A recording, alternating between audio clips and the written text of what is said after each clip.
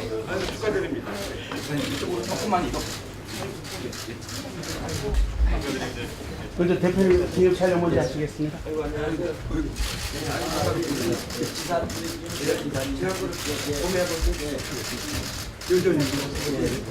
감사합니다.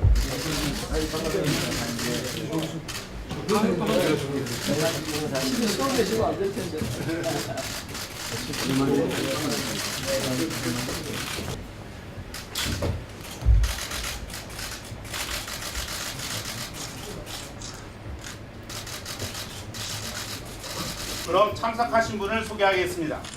먼저 더불어민주당 당대표이신 이해찬 대표님을 소개하겠습니다. 반갑습니다. 다음은 서른 최고위원님을 소개합니다. 반갑습니다. 윤관석 정책위 수석 부의장님을 소개합니다. 안녕하세요. 이해식 대변인님을 소개합니다. 안녕하세요. 다음은 광복회 임원님을 소개하겠습니다. 먼저 김원흥 광복회장이십니다. 이무철 애국지사님은 원로회 의장이십니다. 이렇게 우리 광복회에 민주당 당 대표가 오신 거는 최초인 것 같습니다.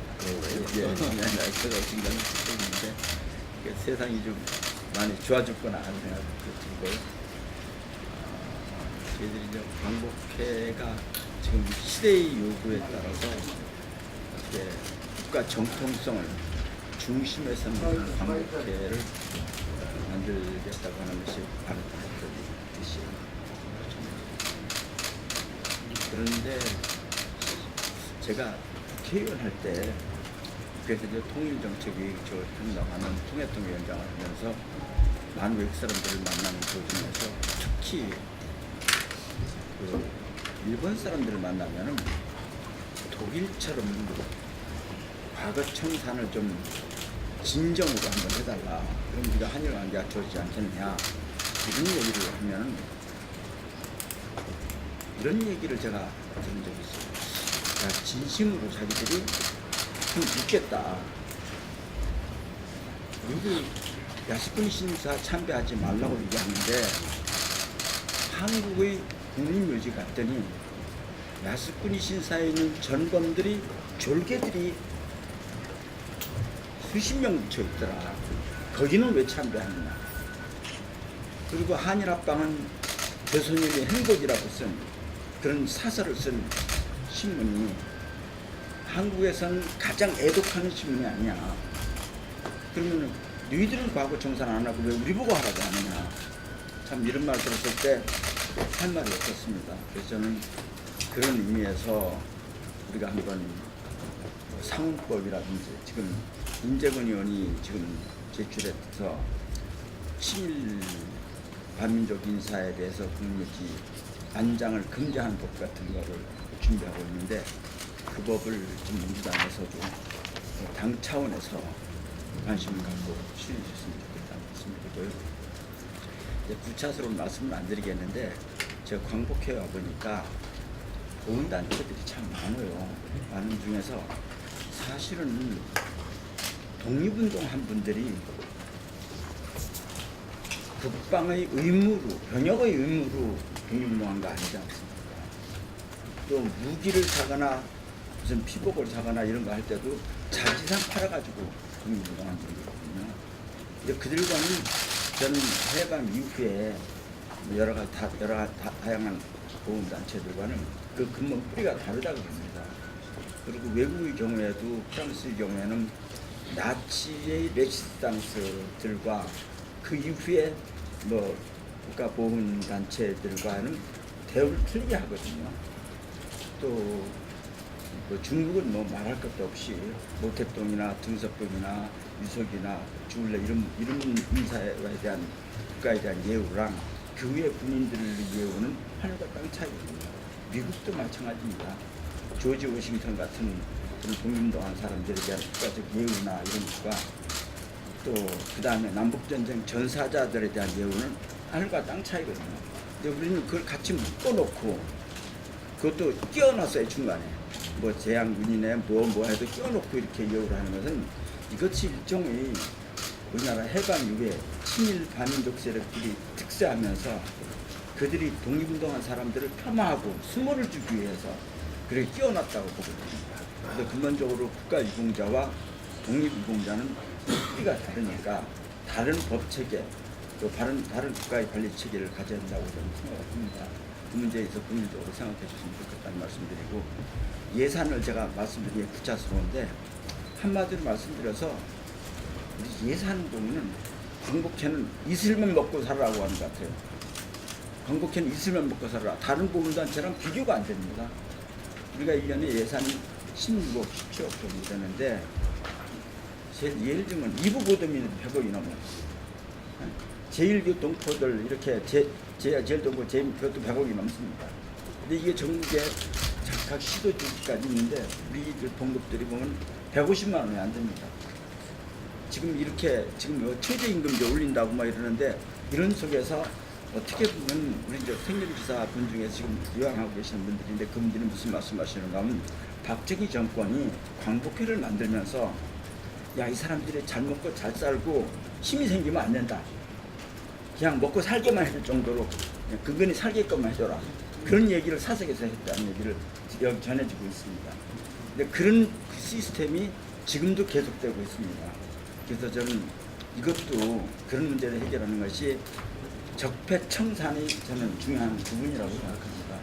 그래서 이해찬 대표께서 그런 역사의식을 공유해 주시고 거기에 대한 준비도 구체적으로 모든 정책은 사실 예산으로 반영되는데 예산을 보면 그 정책이 어떻게 되고 있는가 하는 것을 반증하는 거니까 그런 면에서 관심을 가져주시기 바랍니다.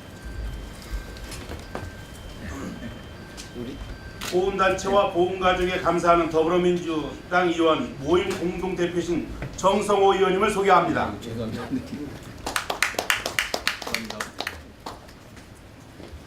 당 대표님께서 인사 말씀 있겠습니다. 예, 이렇게 뵙게 돼서 대단히 반갑습니다. 이무철 기사님은 지난 봄에 한번 뵀는데 오늘 건강하게 이렇게 뵙게 돼서 반갑습니다. 100세가 넘으셨죠? 네. 한 살이신다는 그런 것 같은데요. 그래요, 이제 광복회가 1965년에 만들어져서 이제 54년이 됐네요. 54년이 됐는데 그동안 이제 연세들이 이제 많으셔가지고 아주 앞으로 건강하게 유념하시고, 저희가 이제 오늘 저는 광복회를 여당 대표가 처음 왔다는 얘기를 오늘 처음 들었는데요. 네, 여러분들 그렇게 그동안 찾아뵙지 못한 거 대단히 송구스럽게 생각을 합니다. 네, 올해가 그 건국 100주년입니다. 그러니까 상해 임시정부 수립 100주년이고, 그래서 상당히 의미 있는 해이기 때문에 3.1절도 그렇고 8.15 행사도 의미 있게 잘 치르려고 좀 정부에서도 잘 준비를 좀 하고 있습니다. 그래서 이제 또 6월은 이제 현충일도 있고 여러 가지 점에서 호국을 그리는 그런 달이라서 여러분들 이렇게 인사드리러 왔습니다. 지금 김원웅 광복회장님이 말씀하신 것처럼 여러 가지 여건이 안 좋은데 당에서 정부하고 협의를 해서 좀 개선될 수 있도록 이렇게 저희들이 노력을 하겠습니다. 따지고 보면은 사실은 우리가 광복 후에 친일 잔재를 청산을 잘 못해서 반민특위가 중간에 무산이 되고, 그래서 그런데다가 이제 군사 쿠데타가 일어나고, 그래서 전반적으로 우리 현대사가 80년대까지는 군부 독재 치하에서 이제 나라가 통치를 받았기 때문에 그 광복의 의미라든가 애국지사들, 독립지사들에 대한 여러 가지 예의가 많이 부족했다고 생각을 합니다. 이제부터라도 좀 더 100주년의 의미를 살려서 새로운 나라로 이렇게 갈 수 있는 그런 노력을 저희가 많이 하도록 하겠습니다.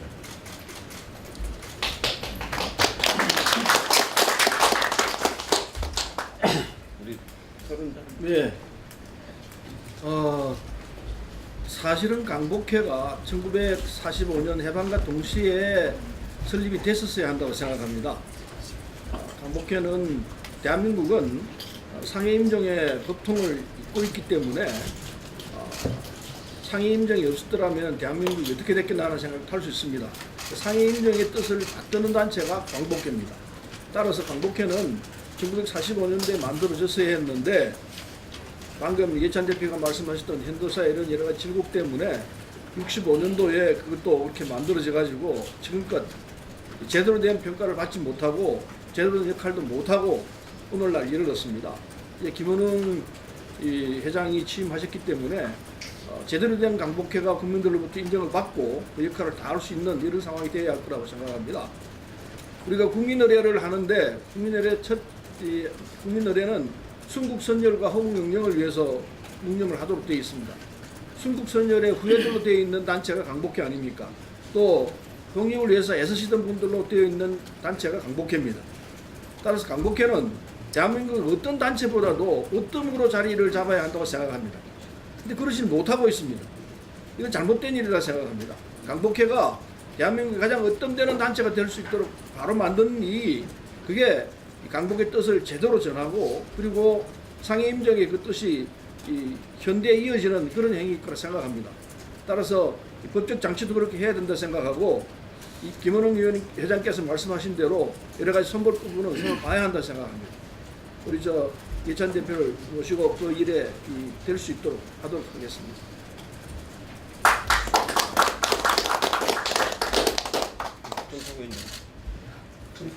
네, 늦어서 정말 죄송합니다.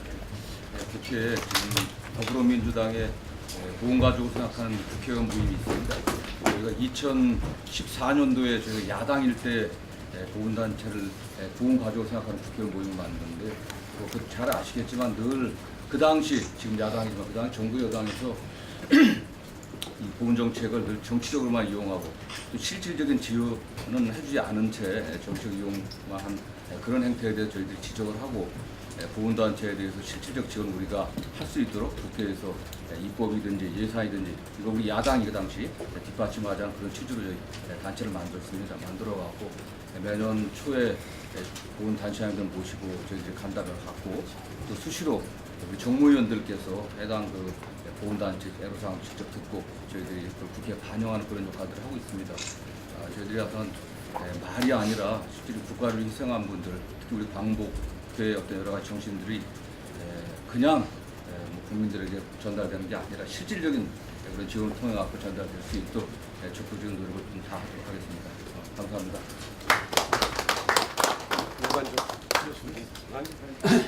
네, 먼저 존경의 감사를 표하겠습니다. 우리 저희 광복회에 대한 여러 가지 또 애로사항과 현안들을 예찬 당대표님께서 들으시고 정책과 예산을 갖다가 국회 쪽에 반영하는데 정책이 속보위원으로서 잘 보좌해서 실질적인 도움이 될 수 있도록 노력하겠습니다.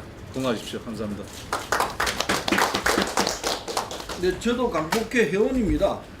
그런데 이 강복회 예산이 16억이라는 소리를 처음 들었습니다. 제 무죄 잘못을 용서해 주시길 바라고요. 깜짝 놀랐습니다. 그래서 이거 강복회가 이렇게 취급받아 왔구나 하는 걸 오늘 비로소 알고 자괴감을 금할 수가 없습니다. 어쨌든 이 사실을 바로잡는데 일조를 하도록 하겠습니다. 광복회 화이팅! 화이팅!